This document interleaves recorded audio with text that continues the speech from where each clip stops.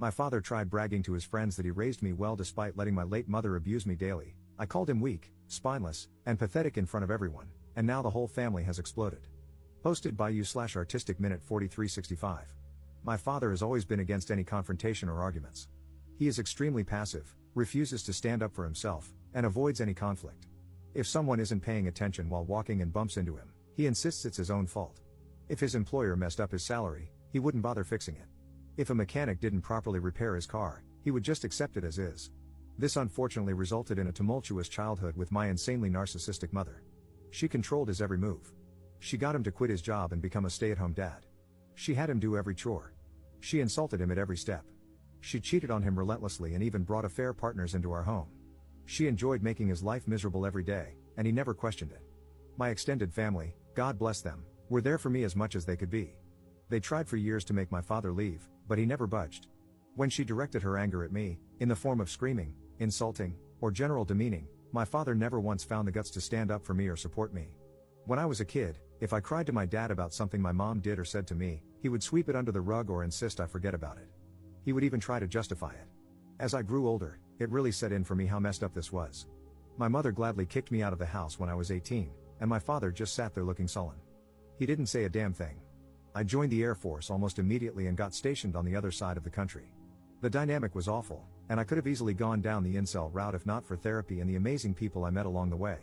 It took years for me to get into a better mental space. I was filled with hatred. My mother left my father 2 years after I got stationed and utterly destroyed him in the divorce. She was unalived a year later in a DUI with one of her affair partners. I took a lot of joy in hearing that it took her hours to unalive, and that's when I knew I really needed help to process things. I'm almost 30 now, have a girlfriend who is perhaps the best thing to ever happen in my life, and she fully understands the situation with my family. I have learned not to allow myself to be consumed with anger and resentment by my past, or so I thought, and instead put that energy toward my future. I have been extraordinarily low contact, nearly no contact, with my father since I left. As much as I try, I cannot make that connection with him. I recently went to a family reunion and brought my girlfriend with me. My father was there since it was his side of the family. They have many issues with him, but he's family, so whatever, I guess. I made sure to avoid him. I was chatting with my uncles when I heard my father talking in the background. He was discussing how a co-worker of his was going through a divorce after discovering his wife was having an affair and was positioned to have a very favorable outcome. My father remarked that his co-worker should work to forgive his wife and, in his own words, set a good example for unity and forgiveness, and how he believed he had set a great example for me in that regard. I swear it was like a switch went off in my head, and I was mentally back to being that rage-filled 18-year-old. All these years, and he never learned a damn thing. I turned to him and asked if he was effing serious. He looked at me and started to stutter. I know the next minute was pure word vomit, and I can't relay it perfectly, but to sum it up, I shouted that he was a pathetic father, a pathetic man, that his family all knows he's a disgrace of a human being who would rather let his son be treated like crap than defend him because he's a effing coward. No one would ever see him as an example to live by, his wife would rather sleep with half the neighborhood than even touch him, and he should never ever believe anyone respects him. I began to derail and ramble between my shouting, and my girlfriend quickly took me out and drove me home. It was insane how quickly being away from him made me feel better. She just held me when we got back and told me it was okay. Again, she's the best thing to ever happen to me. I was ashamed of how I lost it and am now going to resume therapy, that's a given. However, I'm glad I finally unloaded what always needed to be said onto him. Extended family is pretty mixed in their reactions. His brothers, my uncles, said it was time for him to hear it from me. My grandparents are pissed that I did it in front of the entire extended family, with some saying I should have done it behind closed doors instead of in front of everyone. Relevant comments. Commenter. All I can say, based on your post and this interaction, is that your anger is deeply misguided. You're failing to recognize the truly horrifying thing. You're behaving like the very mother you should actually hate. Ops response. Oh, trust me, I fully hate her as well, but she's gone, and there's no use holding a grudge against a dead person. I had hoped, though, that after his son made him an outsider in his life, his family openly joked to his face about his failings as a father, his ex-wife drained him of everything and left him starting over in a one-bedroom apartment, and his friends slowly left him one by one out of embarrassment, that maybe, just maybe, he would have had at least one moment to reflect and consider that he should have done things differently. Update 2 days later. Thanks for the advice and recommendations, even among some of the responses calling me the jerk. However, some of them needed to be addressed because they were either hilarious or cringeworthy. Some of the responses were very angry, and they confused me at first, until I saw their comments further down or checked their profiles and saw rants about double standards or complete non-sequitur ramblings about women. So yeah, not helpful advice, but they served as great dark reflections of how I could have turned out if not for the support in my life. Some attempted to portray my dad as a humble, kind, caring, sensitive old man, and made it seem like I was just being a big bully. This was a good insight into how enablers of abuse get away with so much in today's world, because so many people forget that they are part of the abuse themselves. Others tried to mentally dissect me or have a gotcha moment to pull apart my story. That was generally asinine, and I had to step away from those before they asked for my cranial measurements or something. So, it was pretty much the next morning when I realized I needed to address the events of the night before. I first spoke to my girlfriend and gave a sincere apology for having her see me like that. She reassured me that nothing was wrong. She's known me for years, has always known me to be level-headed, and understands why I snapped. She has her own history of dealing with narcissistic families, so she absolutely understands the dynamic. She only really suggested that it would be best to work on spending time around my extended family since my father will always be there. I told her not to worry, that I would immediately talk to them afterward to figure that out. So, that part's fine. I may have looked kind of like a jerk in front of her, but I'm making sure that doesn't happen again. I also informed her of my intentions to resume therapy to keep myself steady, which she was happy to hear. I called my grandparents and sincerely apologized for putting such a sore dent in their family reunion. I told them it wasn't appropriate, and while it felt good to say those things to him, it should have been done privately, not in front of everyone. I also explained that going forward, as much as I love spending time with them, since the family always gathers as one group, which includes my father, I need to distance myself occasionally until I feel comfortable being around him again. I reassured them that I'm not, nor would I ever, establish an ultimatum or make demands of them. Either way, I just need to step back for now. I guess during my apology and explanation, I was kind of going on a tangent because my grandfather interrupted me to tell me to calm down. He explained that after I left, people started to separate or slowly leave, and eventually, they were able to talk to my father one-on-one. Apparently, seeing me freak out led to my grandmother having a mini freak out of her own when she spoke to my father, which resulted in her kicking him out. While I have a great relationship with both of my grandparents, my grandmother has always been extra protective of me, so seeing me that way must have set off a fire in her. My grandfather then said that it's become a bit of an open family secret that my father is failing. His brothers taunt him about it, and they generally don't have a great relationship with him, while for my grandparents, it's always been uneasy. But seeing me the other day and how much it still affects me has really clicked for a lot of people that the situation was truly bad. They began to apologize, saying they were sorry if they didn't do enough, to which I very adamantly responded that they did more than anyone could have expected. It got very emotional for a minute, but it culminated in them telling me that they've decided to distance themselves from my father for the time being. They've given him the ultimatum that unless he does some deep introspection and regularly goes to therapy, that distance may become permanent. My extended family, I've been told, are going to try and reach out or call, but I asked my grandparents to relay to them that it's not necessary, and that I'm fine and sorry for ruining the day. Once again, they told me I shouldn't apologize for being hurt.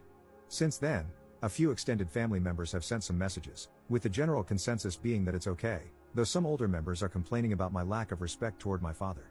And finally, I texted my father, hoping to meet at a local coffee shop for a final talk. When I met him, he didn't look good. I think his parents tearing into him finally got the message through. I had so many things I could have said, but instead, I asked him first if his coworker took the advice he gave him well. He just said that neither the coworker nor several others interact with him anymore. I then asked if he truly, 100% believes that everything he did for me as a child was for my benefit. He didn't really say anything. Finally, I asked if he has any regrets about how I was treated as a child and whether he thinks he did anything wrong. He looked utterly defeated and mumbled that he could have done more. I could have poked and prodded or gone on another rant, but instead, I told him this should be goodbye, and I hope he gets the help he needs. I think finally unloading my frustrations was what I needed to be able to move on and find peace. I absolutely need to stay on track with therapy and admit that a public outburst wasn't okay, but I think I'll be fine now. Second update 3 weeks later.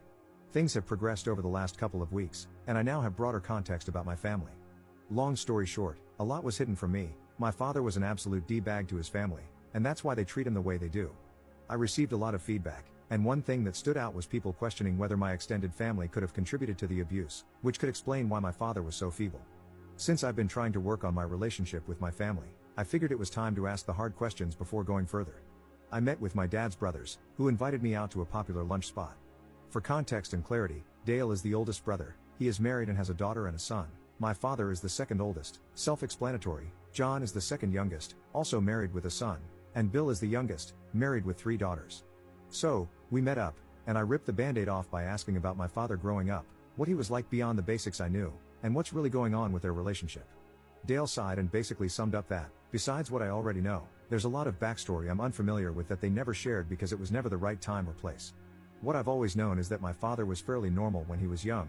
He was a little shy but fantastic academically, played sports occasionally, and had a close-knit relationship with his brothers. However, everything started going downhill when he met my mom during his junior year of high school. What I didn't know was that my father was a guiding figure for his two younger brothers and was generally seen as one of the nicest people, with a bright future ahead of him. My grandparents adored him, and he even became a bit of a golden child, but no one minded because of how well he treated everyone. The reason his family doesn't respect him now is due to how his behavior changed once my mother became attached to him. It started out simply: my mother acted rude and distant toward the family. They weren't huge fans of her, but since my father loved her, they tolerated it. She became possessive, slowly isolating my father and convincing him to give up his ambitions and goals. The family grew concerned and spent a long time trying to talk to him, urging him to leave her. My father didn't budge and began lashing out at them. When I was born, my extended family tried to approach my father about my mother's attitude. My father became angry and even threatened to report them for harassment. He was in complete denial about her behavior. When Dale's wife was struggling with fertility issues, my mother sent her appalling and cruel messages. Furious, Dale confronted my father, but instead of defending his sister-in-law, my father told Dale to drop it and even justified my mother's behavior. Dale punched him, and the situation nearly involved the police. From that point on, Dale hated him. John grew to despise my father when my mother insulted his son, who has mild physical disabilities. Instead of defending John's son, my father made a joke about what she said, which solidified John's hatred for him. Finally, Bill, who had always idolized my father, tried to tell him that my mother had made a pass at him and urged him to get a divorce. My father's response was a furious call filled with hate and words that completely severed their relationship. To sum it all up, the more time my father spent with my mother, the more he began to mirror her attitude. When my family saw signs of abuse toward me and tried to intervene, my father threatened to lie and accuse them of worse things. My mother had money and lawyers, and she could make their lives hell if they tried anything, and my father was fully willing to let her. They were stuck and could only do so much at a time. The older members of the family, like my grandparents, great-aunts, and uncles, believe in the traditional mindset of sticking together as a family no matter what, while the younger generations want to keep their distance from my father. They're all stuck between a rock and a hard place. There's more they told me, but it essentially boils down to the fact that my father chose to lay on the hill for my mom, ruining his relationships with his brothers in the process. And when she died and left him destroyed, he probably had to come to terms with the fact that it was all for nothing. My grandparents seem unwilling to accept that he's truly lost, or maybe they still hold out hope that he can fix his life. Who knows? It's been a lot to process, and my father confirmed all of this when he called me to ask about family therapy with us. I cut to the chase and asked if what I heard was true, and he said yes. I might have agreed to family therapy before, but now I have no idea. Notable comments. Commenter. You were basically your dad's meat shield throughout your entire childhood, and apparently, that was a pattern. Turns out, the man threw his own siblings under the bus as well. And now the idea is family therapy. If something is so deeply ingrained that he's willing to throw his child and siblings to the wolves just to maintain his own illusion, then I really don't think let's work on our relationship is the way forward. If anything, if I were you, I'd be very wary that this is just his latest attempt to let others take the heat while he stays out of the spotlight, pretending to be the good guy. Third update 2 weeks later. I came to the decision that it was time to cut off my father for good. The more I learned about who he was, the more I realized that nothing good would come from having him in my life. I'm also going to put some minor distance between myself and my extended family on his side until I can process things more. There's just a lot to work through there. I met up with my father one last time in a coffee shop to talk things over. I asked him one last time, why? Why did he do all this? Why did he let his wife treat everyone like crap? Why did he treat his family and me like crap for her? Why did he do all this? He tried to weasel his way out, but I absolutely demanded to know. And he basically answered that it was because he loved her. Yep, that was his stupid answer. He loved her and just clung to her no matter what she did. No matter how much she hurt him or others, he was an insecure man who latched onto the first woman who showed him attention. Even when she slowly destroyed his life, he thought it was better than trying again. I just got up and told him to fix his life, but I wouldn't be a part of it. I hope he has the sense to understand why. No matter how he tried to word it, I had 2 abusive parents. He didn't say anything, just stared at me. Which leads to last night. I got a call from my grandparents that the night before, my dad had tried to call his brothers and make peace. Unfortunately, from what they said, he did it in the most lackluster, avoidant way possible, sparing himself any guilt. That didn't go well. After recent events and old wounds being dug up, they gave him a verbal lashing that made mine look microscopic in comparison. My dad hung up and lost his crap, decimated his entire apartment before packing up what was left and driving off. They only found out because one of his brothers came to check on him. From what they can tell from the few texts they've received, he's lost his mind after decades of crap and is driving to the other side of the country to start fresh. Also, from the minimal communication they've had with him, he's acting incredibly vile toward them, and they say he seems to be acting just like my mother. Edit. Things are progressing/spiraling very quickly, and I'm expecting this whole insanity parade to come to a conclusion within a few days at this rate. I won't make any real update until I have all the facts, but I'm just glad I made the decision to move on. Fourth update 3 months 2 weeks later. For those who stuck around, I'd say it's over and as wrapped up as it can be. My girlfriend/fiancé and I are getting married later this year. My father is alive. He lost his crap and spiraled, but a couple of weeks later, he came back. His apartment obviously barred him from returning and is pursuing legal and financial damages against him. He has no job anymore and is staying with my grandparents. He has hit rock bottom and has finally taken responsibility for his life, his choices, and his damaged relationships. It's too late for a lot of the family, but his parents are seemingly offering some help now that he's finally trying to fix things. However, the extended family as a whole has kind of blown up. My father became a mascot for deeper family issues that had been worsening over time. There are far too many to go over, but when he was finally called out, everyone realized there was no use in ignoring everything else going on. Minor feuds have formed, some people aren't speaking to each other, and some have entered marriage counseling and family therapy. People don't want to live by the but family mentality anymore. My fiancé and I have decided to distance ourselves. We were kind of disappointed, as we had hoped that since her family is insanely toxic, we could lean on mine. But I've come to realize mine has far too many issues to be reliable. Thankfully, we have a fantastic group of friends, so we'll be fine. And that's about it. I'm wrapping this up and moving on to a far less bitter lifestyle.